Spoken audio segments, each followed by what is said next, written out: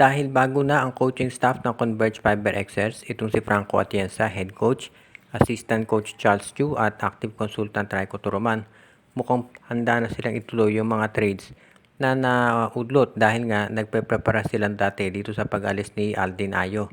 At mukhang payag na sila dito sa Calvin Abueva for Alex Stockton trade. Ito yung matagal na napapabalita at hindi naman sikreto na si Governor Delta Pineda gustong makuha si Abueva dito sa kanyang lineup at willing daw silang i-trade ito si Alex Stockton. Sa tingin ng mga insiders parang lamang dito Magnolia dahil si Alex Stockton ay mas bata kumpara dito kay Calvin Abueva. Plus si Alex Stockton nag-evolve na yung game bilang isang offensive at isang defensive player. Pero talagang matindi ang request nito si Pineda na subukang kunin ng kanilang lineup itong si Calvin Abueva. Dahil sa tingin nila siguro ito si Abueva magiging maganda tulong niya dahil siya ay isang veterano. At alam naman natin na maraming mga rookies dito sa lineup ng Fiber Xers. Kaya tignan natin mabuti kung matutuloy nga ang ganitong klaseng trade. Kung sakasakali, siguradong papayag naman ang Magnolia. Tandaan natin, itong Magnolia gustong dati nang i-trade itong si Calvin Abueva para kay Arvin Tolentino pero for some reason hindi pa natuloy. So sa ngayon, mukhang magiging maganda na ang sitwasyon dito kung sakasakali na of course si Alex Stockton makuha nila. Dahil yan ay isang two-way player. Hindi man siya kasing scorer ni Arvin Tolentino. Sa depensa naman, mas nakahihigit.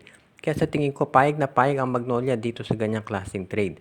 Abangan na lang natin. Ang maliwanag dito, yung talagang request na itong Converge na mako si Abueva ay patuloy pa rin. At aabangan na lang natin kung ano magiging sitwasyon dito. Dahil syempre, kinakailangan siguraduhin ditong Converge Fiber Xers na magiging planchado na lahat bago sila pumayag sa ganitong klaseng trade. Parang nagkakaroon ng tinatawag na bidding war itong San Miguel Beer at itong Blackwater Bossing pagdating dito kay Troy Rosario. Dahil tignan natin kung saan siya pipirma. Actually, ever since nung nag-expire yung kontrata nitong si Troy Rosario, ay umasa ang lahat na ito'y marirenew kaagad-agad. Pero mukhang hindi nangyari yan dahil maraming mga teams ang tumitingin na makuha siya at iba-iba ang offer. Pero mukhang nangungura raw sa ngayon ay itong Blackwater Bossing plus itong San Miguel Beer. Dahil itong Blackwater, ang advantage ng ino-offer nila ay yung mga long term. 5 years ang contract na ino-offer nitong Blackwater Bossing para dito kay Troy Rosario. Samantalang San Miguel naman daw mas malaki yung ino-offer pero mas maiksing kontrata. So tignan natin kung ano ang pipiliin dyan ni Troy Rosario.